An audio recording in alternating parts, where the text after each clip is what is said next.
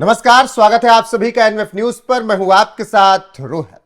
अगर आप किसी गठबंधन में चुनाव लड़ रहे हो और उस गठबंधन का प्रमुख चेहरा हो, मुख्यमंत्री पद का चेहरा हो और अपने विधानसभा चुनाव के 32 राउंड की काउंटिंग में आधे से ज्यादा राउंड में आप पीछे चल रहे हो और आखिरकार किसी तरीके से 14,532 वोटों से आप जीत दर्ज कर लेते हो, तो यह जीत नहीं मानी जाती है, ये जीत कर भी हार मान ली जाती है। ऊपर से आपकी पार्टी और आपके गठबंधन की हालत पूरे राज्य में खराब हो जाए तो फिर आप तेजस्वी यादव कहलाते हैं। और वो विधानसभा कहलाती है राघोपुर, जहां पर तेजस्वी यादव को कड़ी टक्कर दी बीजेपी के सतीश कुमार ने और तेजस्वी यादव की हालत खस्ता कर दी थी। लेकिन इसके पीछे की कहानी क्या रही, इसके पीछे की पटकथा क्या रही, कैसे तमाम लोगों का सपोर्ट लगा और फिर तेजस्वी यादव को टक्कर दी गई, इसी पर चर्चा करेंगे। मेरे साथ हैं पंकज प्रसून, वरिष्ठ पत्रकार। एक एक नाम का खुलासा होगा और कैसे उन नामों ने अहम रोल राघोपुर में निभाया, उस पर विस्तार से बात होगी। पंकज जी, तो पहले राघोपुर पे बात करेंगे, फिर एक एक नाम पर चर्चा करेंगे जी। राघोपुर नंदीग्राम होते होते बचा। नंदीग्राम में ममता बनर्जी चुनाव लड़ रही थी और उनका स्ट्रांग होल्ड और बीजेपी के शुभेंदु अधिकारी ने उन्हें हरा दिया था। पूरे देश में यह खबर सुर्खियां बनी। इस बार जब राघोपुर में कभी तेजस्वी पीछे, कभी सतीश राय आगे, कभी फिर तेजस्वी आगे, सतीश कुमार राय उनका है। हाँ। तो ये पूरा जब देख रहा था तो एक समय तो ऐसा लगा कि पूरे राघोपुर और बिहार की सांसें थम गई। आरजेडी में कोहराम मच गया। लगा कि अरे यार, अगर तेजस्वी यादव हार गया तो क्या कहेंगे। और इस बार हारते हारते बच गए। पिछली बार 40,000 से जीते थे, इस बार 14,000 से किसी तरह नैया पार लगी। पता है, एक बात बताऊं आपको, इस बार भारतीय जनता पार्टी को 1,05,000 वोट मिला, जो राघोपुर के इतिहास में कभी नहीं मिला। पिछली बार 59,000 वोट मिले थे। यही सतीश कुमार राय जो हैं, इनको 59,000 से 1,05,000 यानी 45,000 ज्यादा वोट। ये 45,000 ज्यादा वोट आए कहां से? जब आप बूथ बाय बूथ जब एनालिसिस कीजिएगा ना, तो बड़ा इंटरेस्टिंग है राघोपुर का चुनाव। मैंने पहले एक वीडियो में बताया था कि नंदीग्राम में प्रभारी धर्मेंद्र प्रधान थे जब ममता बनर्जी हारी थी। इस बार भी बिहार के प्रभारी धर्मेंद्र प्रधान थे और धर्मेंद्र प्रधान और नित्यानंद राय कैंप किए हुए थे वहां।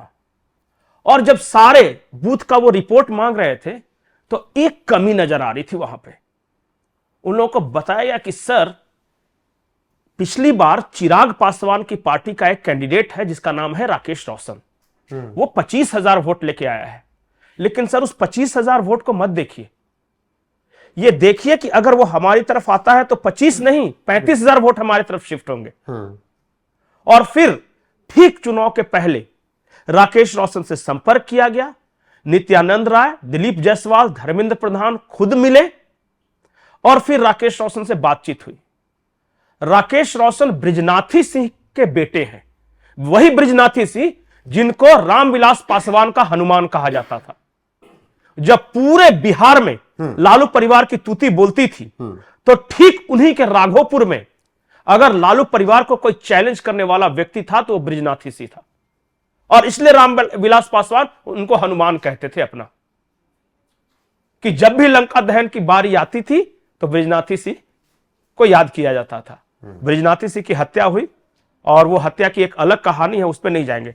लेकिन राकेश रोशन जब बीजेपी में आए और उसके बाद से मीडिया में भी ये चर्चा शुरू होने लगी कि राघोपुर फंस रहा है, आसान नहीं है ये दुर्ग।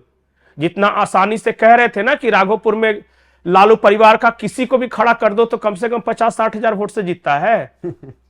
इस बार वैसा नहीं था। आपने देखा ना, तेजस्वी की सांसें फूल गई। इस बार वैसा नहीं था, तेजस्वी की सांसें फूली। हलक इसलिए सूखा क्योंकि स्ट्रेटजी राकेश रोशन की थी। राकेश रोशन, धर्मेंद्र प्रधान, नित्यानंद राय, ये तिकड़ी काम कर रही थी वहां। और मैं बताऊं कि राघोपुर का कैसा बिसात बिछाया गया था। राजपूत मतदाता राघोपुर में सबसे ज्यादा है 35,000। उन 35,000 राजपूत मतदाताओं पर बृजनाथी सिंह या राकेश रोशन की पकड़ है और वो सब एक मुश्त होके आ गए इधर एनडीए की तरफ। दूसरे थे दलित मतदाता पासवान बिरादरी के, जो कि चिराग पासवान की सभा होनी थी, किसी वजह से नहीं हो सकी। और अब भी अफसोस हो रहा हो कि अगर चिराग पासवान वहां कैंप कर देते तो शायद ये 10-12 हजार वोट और आ जाता। तो खैर वो नहीं हुआ, लेकिन पासवान मतदाता इधर आ गए। जो भी गैर यादव थे, मतलब गैर यादव मतों का 80% इनकी तरफ आया। अब आ गए यादव। अब समझिए यादवों की बहुत अच्छी संख्या है राघोपुर में, और इसलिए लालू यादव ने वो सीट चुनी भी थी कि किसी को भी, राबड़ी को भी खड़ा कर दिया, वो भी 2 बार जीत गई थी। तो यादव मतदाताओं में एक कैंपेन चलाया और यह दिमाग था राकेश रोशन का। उन्होंने क्या कहा कि पूरे राघोपुर में 2 तरह के यादव हैं, एक है कृष्णौत और दूसरे हैं मंझरौट। तो जितना भी वैशाली इलाके में आरजेडी ने टिकट दिया था, सभी के सभी मंझरौट थे। राकेश रोशन ने कहा कि कृष्णौत को टिकट क्यों नहीं दिया? अगर यादवों की पार्टी है तो देना चाहिए था कम से कम, यह भेदभाव क्यों? और यह बात नित्यानंद राय को बताई उन्होंने, और एक बयान भी उनका आया था जो बहुत वायरल हुआ था। और उन्होंने कहा कि सर आप देख लीजिए पूरे बिहार के परिदृश्य में यादव हम ऐसे ही जोड़ लेते हैं, लेकिन कृष्णौतों को क्यों नहीं टिकट दे रहे तेजस्वी यादव, और यह भेदभाव क्यों? इस बात को पकड़ लिया नित्यानंद राय ने। आप यकीन नहीं करेंगे, यादव पूरे बिहार में कहीं नहीं टूटे। अगर सबसे ज्यादा कहीं टूटे यादव तो वो राघोपुर में टूटे। और इन सब चीजों को जब जोड़कर आप देखते हैं ना, तो 45-46 हजार ज्यादा वोट आया पिछले चुनाव से। बिल्कुल 59,000 सीधे 1 लाख पार हो जाना। बिल्कुल मैं वही कह रहा हूं कि राघोपुर पे चर्चा और विस्तार से करेंगे, लेकिन राकेश रोशन का आपने जिक्र किया तो फिर मैंने ये भी सुना कि राकेश रोशन का प्रभाव केवल राघोपुर में ही नहीं था, वैशाली के कई अन्य और विधानसभा क्षेत्रों में मैं आपको बता रहा हूं मजबूत बनाई। हाँ। और उन्होंने एनडीए के पक्ष में जो डोर टू डोर कैंपेन किया, उसने कई और प्रत्याशियों को कम से कम 15 से 20 हजार वोट में बढ़ोतरी करवाई। और यही वजह रही कि जब बीजेपी की लहर चली उधर पूरे वैशाली के इलाके में, तो फिर इतना बेहतरीन प्रदर्शन हुआ। तो केवल राघोपुर के अलावा और कौन सी सीटें रही जहां पर राकेश रोशन का प्रभाव रहा? मैं एक एक सीट बताता हूं। एक हाजीपुर की सीट है, अवधेश बाबू वहां से चुनाव लड़ रहे थे। 15,000 ज्यादा वोट आए और वो चुनाव जीत गए। जाके अवधेश बाबू से पूछिए कि अगर वहां राकेश रोशन या राजपूत वोट एक नहीं हुए होते तो क्या वो जीतते? ये है हाजीपुर की सीट। उसके बाद आ जाइए आप लालगंज में शिवानी शुक्ला। हाजीपुर पे जाएं तो उससे पहले हाजीपुर का एक बार आंकड़ा भी बता देते हैं। बिल्कुल। अवधेश सिंह को 1,13,221 वोट मिले, आप अपनी स्क्रीन पर चलते हुए देख रहे हैं। 18,509 वोटों से उन्होंने जीत हासिल की। और देव कुमार चौरसिया जो कि आरजेडी से चुनाव लड़ रहे थे, 94,712 वोट उनको मिले हैं यहां से। तो कुल मिलाकर अवधेश प्रसाद ने भी शानदार प्रदर्शन किया और 18,000 से जीते हैं। हाँ। और 15,000 वोट स्विंग इन्होंने करवाया। और वहां तेजस्वी यादव जो मुख्यमंत्री का चेहरा थे, हालत खराब हो गई 14,000 से जीतने, 15,000 से जीतने में उनको। वो राघोपुर में। हाँ। ये हाजीपुर में क्या हुआ कि 18,000 से जीते हैं अवधेश बाबू, जिसमें 15,000 वोट स्विंग कराए हैं राकेश रोशन ने। एक और सीट जिसकी पूरे बिहार में चर्चा थी, और वो सीट थी शिवानी शुक्ला वाली। हाँ। वो ये लालगंज में चुनाव के 10-15 दिन पहले जब आप जाते तो पूरे बाजार में, लालगंज बाजार में चर्चा थी कि शिवानी शुक्ला जीत रही है। और जो भाजपा के शायद सतीश सिंह ये नाम था या संजय सिंह का, वो हार रहे चुनाव। और पूरा चुनाव ये रोना धोना, रील्स, मीडिया जो था पूरा शिवानी शुक्ला। आप देखिएगा तो जो एनडीए कैंडिडेट थे उनका इक्का दुक्का बयान किसने लिया होगा तो नहीं लिया होगा, ऐसे मीडिया क्रेजी थी शिवानी शुक्ला। बिल्कुल पंकज जी, मैंने चुनाव के पहले लालगंज और राकेश रोशन को थोड़ा समीकरण बताएं, उससे पहले मैं लालगंज का एक बार यहां पर आंकड़ा दिखाई देता हूं।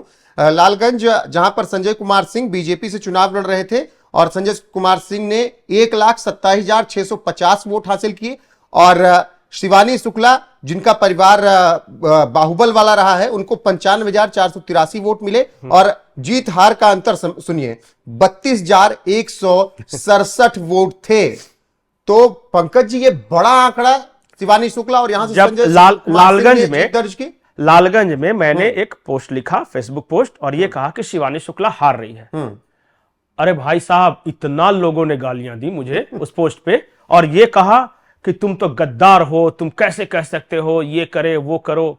और मैंने कहा कि यार बात गद्दारी या वफादारी की नहीं है, क्योंकि मैं कैलकुलेट कर रहा हूं वहां पे, और शिवानी शुक्ला किसी भी तरह से कैलकुलेशन में जीत ही नहीं रही है। अरे और मैंने 32,000 का अंतर, मैंने कहा था कि कम से कम 15 से 20,000 से हारेगी, और 32,000 से हार गई। और 32,000 से हारी। वही मैं कह रहा हूं और कि राकेश रोशन वाला जो इंपैक्ट की आप बात कर रहे हैं, देखिए 2 सीटों पर मतलब तीनों सीटों पर उनके उम्मीदवारों ने 1 लाख से ज्यादा वोट हासिल किए और 18,000 32,000 से जीत दर्ज की, और ये फासला बड़ा रहा।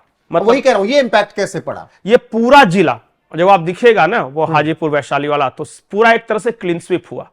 और क्लीन स्वीप कैसे हुआ पता है? पूरा राजपूत एक तरफ, पूरा दलित वर्ग एक तरफ, पूरा अति पिछड़ा एक तरफ। तो ये जो डेडली कॉम्बिनेशन है लालगंज में, तो मैं कह रहा हूं कि भूमिहारों में से अधिकतर भूमिहारों ने दिया है शिवानी शुक्ला को, लेकिन उसके अलावा भूमिहार यादव उधर थे और मुस्लिम, और इसके अलावा समाज, पूरा समाज इधर था। और ये बात मैंने रीड कर ली थी वहां पे।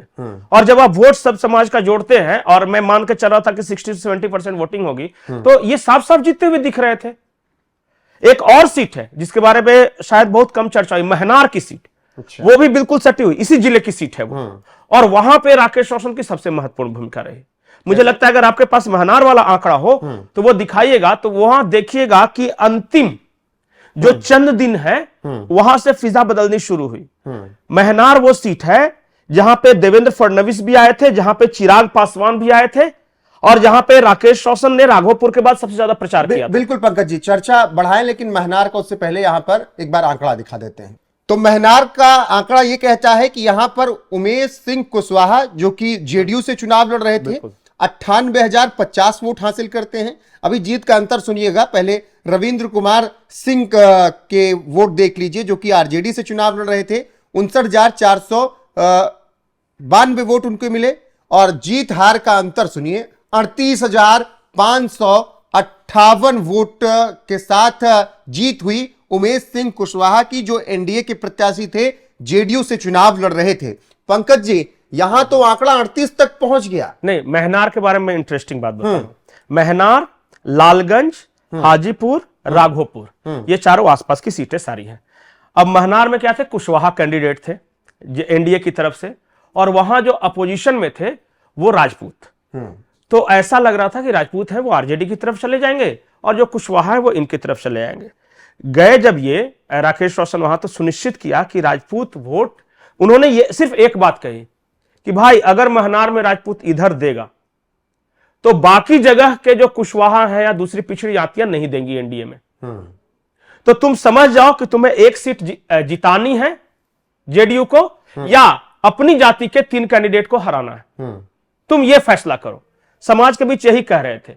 और वो एक बात और कह रहे थे कि देखो, अगर कोई विधायक बनेगा तो वो सिर्फ विधायक रहेगा, लेकिन हमें सरकार बनाने के लिए वोट करना है। और सरकार तुम्हें कौन सी चाहिए बता दो, कि तुम्हें तेजस्वी यादव चाहिए या फिर नीतीश कुमार या एनडीए की सरकार चाहिए। और इसका इंपैक्ट हुआ समाज पे।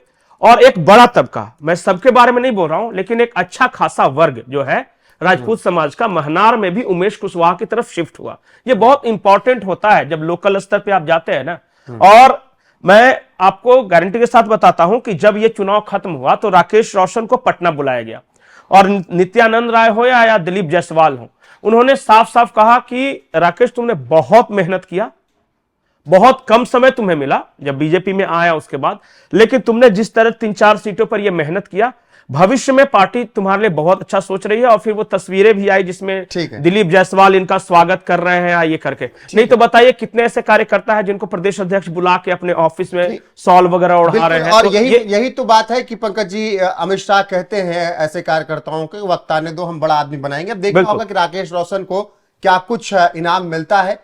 फिलहाल जिस तरीके से आपने ये विश्लेषण किया, दर्शकों को पसंद आया हो तो कमेंट सेक्शन में जाकर जरूर बताएं। राकेश रोशन की जो भूमिका रही, जिस तरीके से राघोपुर से लेकर महनार तक उन्होंने भूमिकाएं निभाई और 38 हजार वोटों से प्रत्याशी जीते एनडीए के, वो कमाल रहा है। तो आपकी राय क्या है कमेंट सेक्शन में जाकर बताइएगा जरूर। वीडियो को शेयर कीजिएगा, लाइक कीजिएगा, चैनल को सब्सक्राइब करना ना भूलिएगा। बने रहिएगा हमारे साथ। नमस्कार।